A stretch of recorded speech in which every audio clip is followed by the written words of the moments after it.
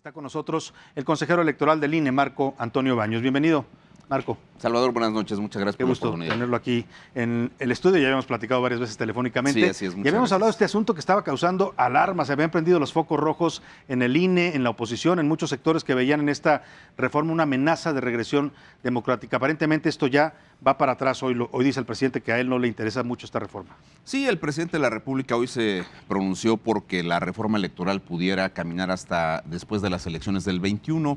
Creo que el presidente todavía tiene muy presente la iniciativa para la revocatoria de mandato. De hecho, está proponiendo que se haga en una fecha distinta, que sea el día 21 de marzo por el natalicio de Benito Juárez y porque sería un 21 en el año 21. Claro. Entonces, el arranque de las campañas. El arranque de las campañas, una serie de cosas. Entonces, vamos a ver qué ocurre con esa parte de las modificaciones, pero creo que la declaración del presidente va a servir para despresurizar un poco el tema. Creo que es importante, como lo hemos discutido con el diputado Sergio Gutiérrez, que se realicen todos los diagnósticos necesarios. El INE se pronuncia básicamente por dos cosas. Primero, por mantener principios que han sido esenciales para el desarrollo del sistema electoral mexicano, para garantizar imparcialidad, certeza, legalidad de las elecciones. Y se pronuncia también el INE por acompañar la política de abaratamiento de los costos que implica la democracia. Ese era el principal argumento que vendía Morena, ¿no? Queremos bajar el costo de las elecciones, también lo llegó a decir el presidente López Obrador, pero detrás de eso había una serie de medidas que no pintaban bien para estas instituciones que nos ha costado tanto trabajo y tantos años, tantos recursos a los mexicanos construir.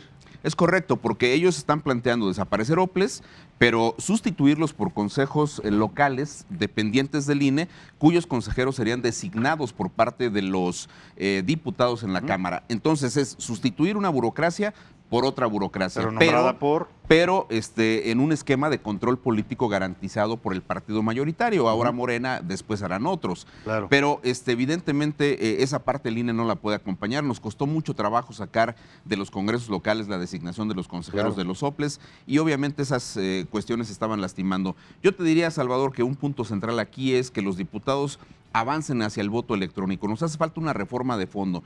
Ayer en algunas cifras que compartimos a través de los mensajes del consejero presidente y del secretario ejecutivo del instituto, el INE podría, por proceso electoral, ahorrar hasta 4,500 millones de pesos. 4,000, nada más de no usar papeletas, de no usar boletas, de modificar la estrategia de capacitación de los funcionarios de casilla, de no hacer los conteos rápidos, no se requerirían, de no hacer los preps, tampoco serían necesarios. La urna electrónica puede ser un mecanismo que no solamente agilice la recepción del voto, sino que también sirva para que los resultados electorales se den en muy poco tiempo. En esa misma noche ya sabríamos quién ganó en los distintos distritos y en los distintos estados.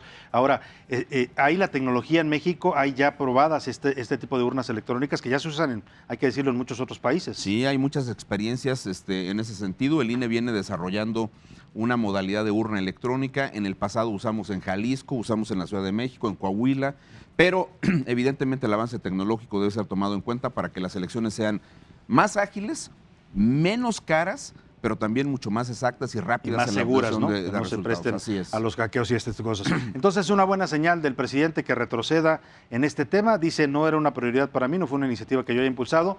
Entonces, si no era el presidente, ¿quién la quería impulsar? Digo, curioso, ¿no? Porque a veces dicen, el presidente no tiene nada que ver, pero pues era su partido. Yo creo que los diputados tendrán tiempo de analizar con mayor cuidado los impactos que esto puede tener.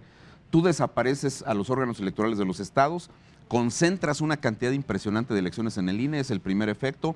Dos, no es cierto que ahorres en automático. El costo de los OPLES, que es más o menos de 3,800 millones de pesos al año, sería un costo que tendría que asumir el Instituto Nacional Electoral, más los costos de elecciones locales.